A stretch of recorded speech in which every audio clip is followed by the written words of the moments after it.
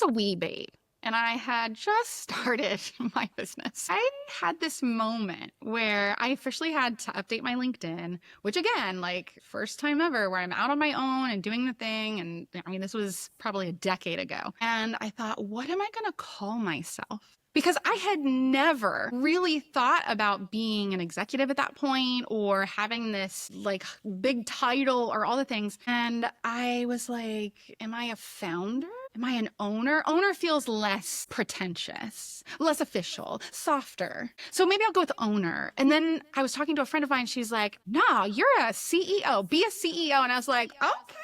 And so then I like updated my LinkedIn and I was like, CEO it is. And I'm pretty sure it lasted 1 week before I was like, I am not cool enough to be a CEO. And I changed it. And I don't even remember what I changed it to, but I changed it. And you know what? I feel that sometimes. Like I think back and I think about it, I'm like, the imposter syndrome. Was it earned?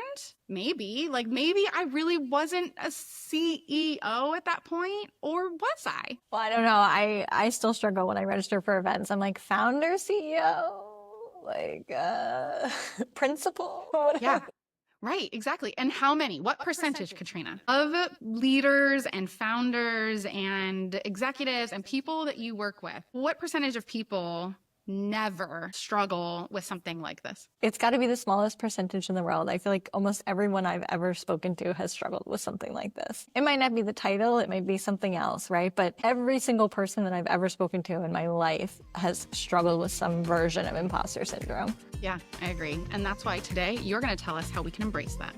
Welcome to the Manage Chaos podcast, where we give you the startup business rundown in less time than it takes for you to get to work. I'm Rachel Anderson. And I'm Katrina Purcell. And today we're tackling that sneaky little voice in your head that whispers, you're not good enough.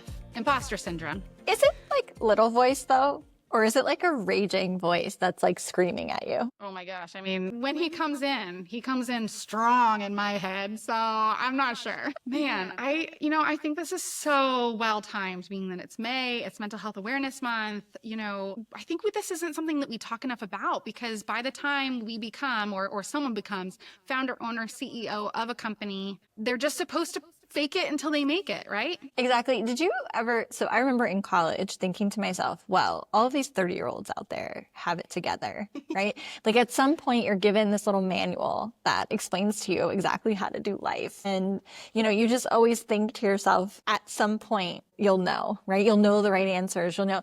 And what a slap in the face to learn that like our parents didn't have any idea what they were doing. They just thought they were doing their best. Yeah, speaking of imposters.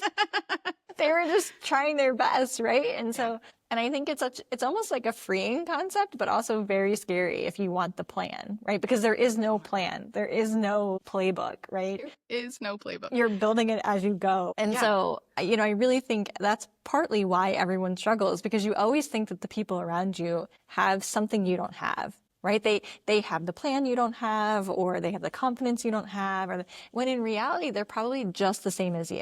They're looking at you thinking, wow, they have it all together. Wow, they showed up here, all put together and they're ready to speak. And, meanwhile, you're thinking, oh my gosh.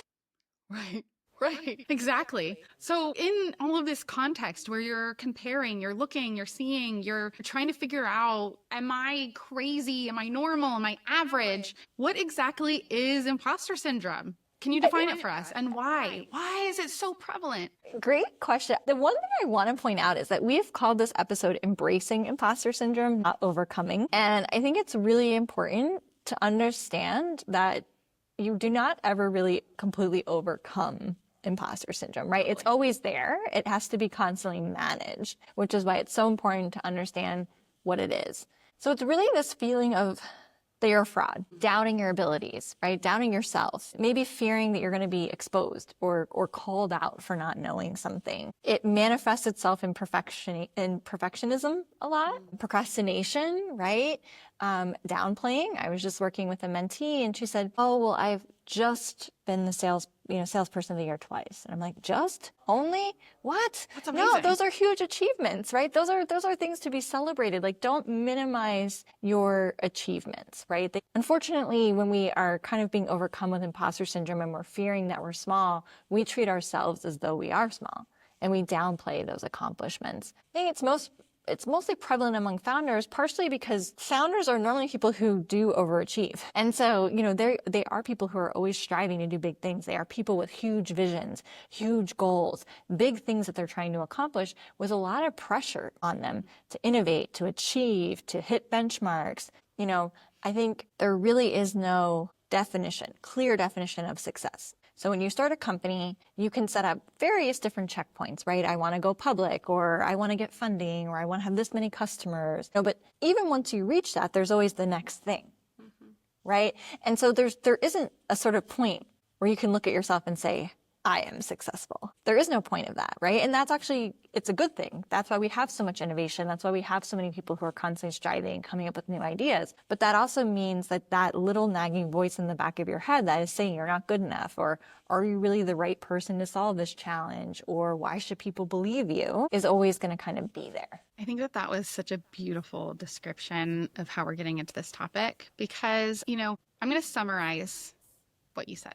If you are comparing yourself to something else or someone else's standard, you will always have imposter syndrome. And I experienced this myself a few years ago when I was doing all these different things. I was still in corporate, doing my business on the side, like all these different things.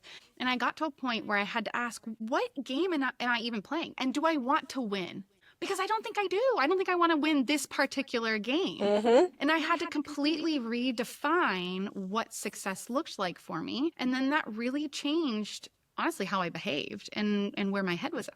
So let's get maybe a little practical, because I really thrive in okay, just tell me what to do. So let's get to some practical ways to challenge or even manage or embrace imposter syndrome. What would you say? So the first thing that I make any of my mentees do is create a list of accomplishments, right? Have them write down on paper, either digitally or, hand to paper. What are things you've accomplished? So that you can go back and you can look at that list whenever you're having a moment where you feel that you're not good enough, or you feel like you haven't accomplished enough. I think that's a way to challenge those thoughts with hard evidence. So really focusing on those things that you have done, right? And so I think that goes to be as small as moving to a town away from your family and having to live on your own, or, taking a job that you don't know how to do 100%, right? Or moving to a new country, learning it can be anything. And that list should be things that you felt were very hard, but you still did them,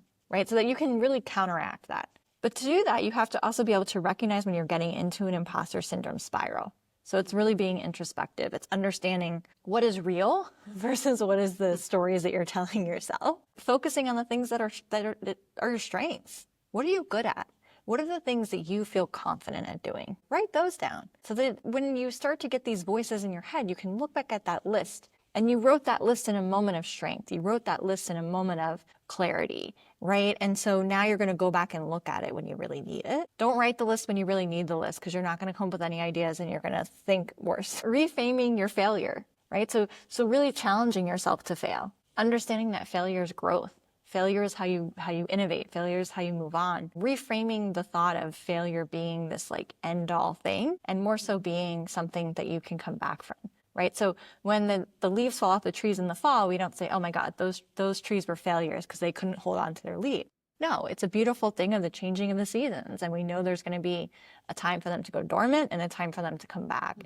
And start to think about that as you are going through life, right? You cannot always be in full bloom, constantly working at your hardest, right? You have to have these periods where you can kind of go into yourself and come back more creative. Celebrating the small wins, right? Which comes back to acknowledging those successes. The things on your success sheet don't have to be. Maybe it's, hey, for 1 week, I worked out as many times as I said I would. Right? It can be small. It doesn't have to be something huge. And seeking support. So I think understanding, getting yourself a group of people who appreciate and value you and are able to talk to you in a way that your brain can comprehend, that they're being supportive and that you can be open and honest with them. That's really great. It kind of reminds me of a statistic, and I wish I could remember what the number was. So someone on the interwebs will have to look it up. But the statistic was there's a large percentage, at least 20%, if not more likely that you'll be able to stay at a job and withstand difficult times at a job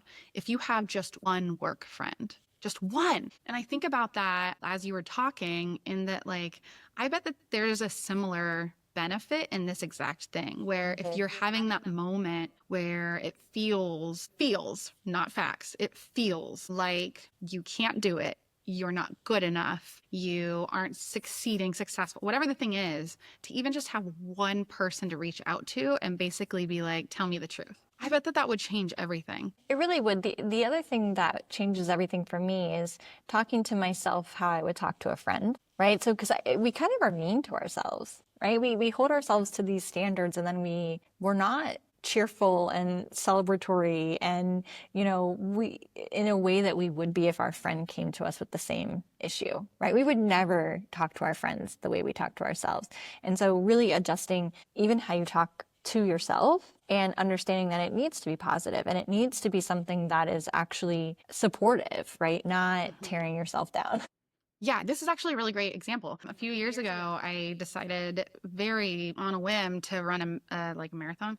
I don't know why, because I didn't know how to run and I hate running. And so I was like, ugh, now I have to do this like couch to 5K to get ready for like this whole entire thing. But one of the things that I had to do as part of it was like set these really tangible goals while I was going out. So let's say I was going for 20 minutes. I'd be like, you got this, Anderson, just get to that light post.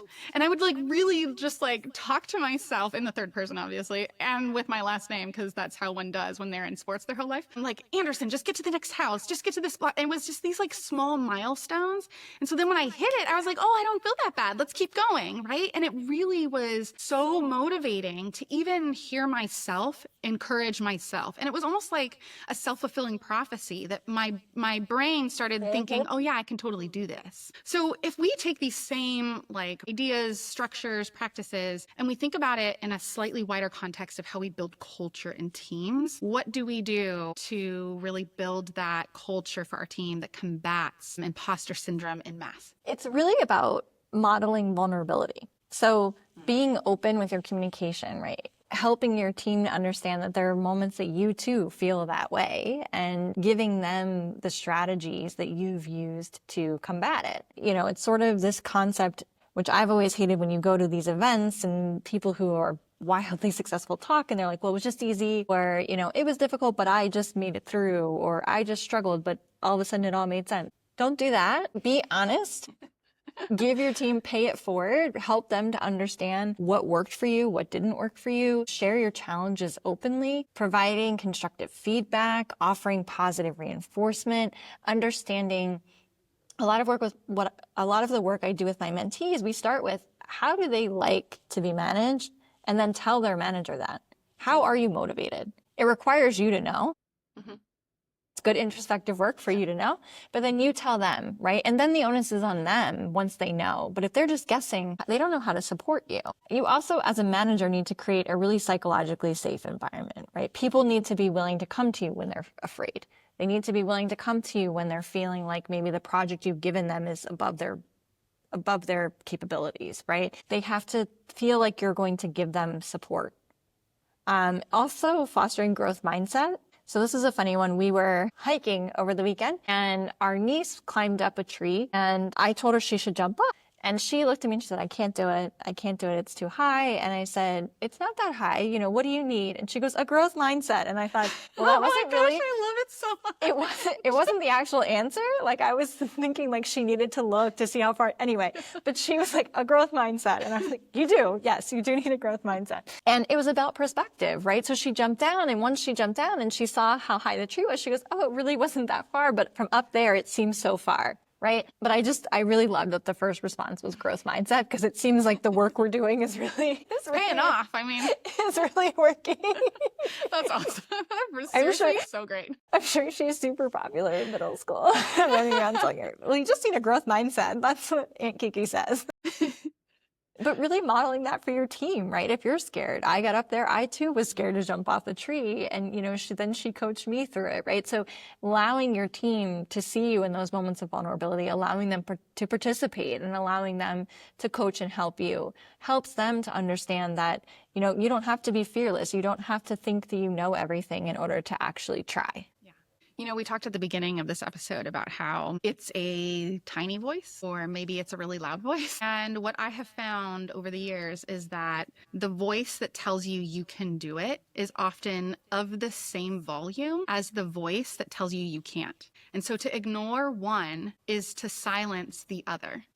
And so in the process of that, you got to think of combating imposter syndrome as a team sport. It's, yes, you identifying it, replacing those thoughts, doing the work, and it's also about vocalizing it, asking for what you need, and looking out for others so that you can do the same. I really love that. All right, well, hopefully all of our listeners can remember that you'll likely never conquer imposter syndrome. It might be better to just really start to embrace it.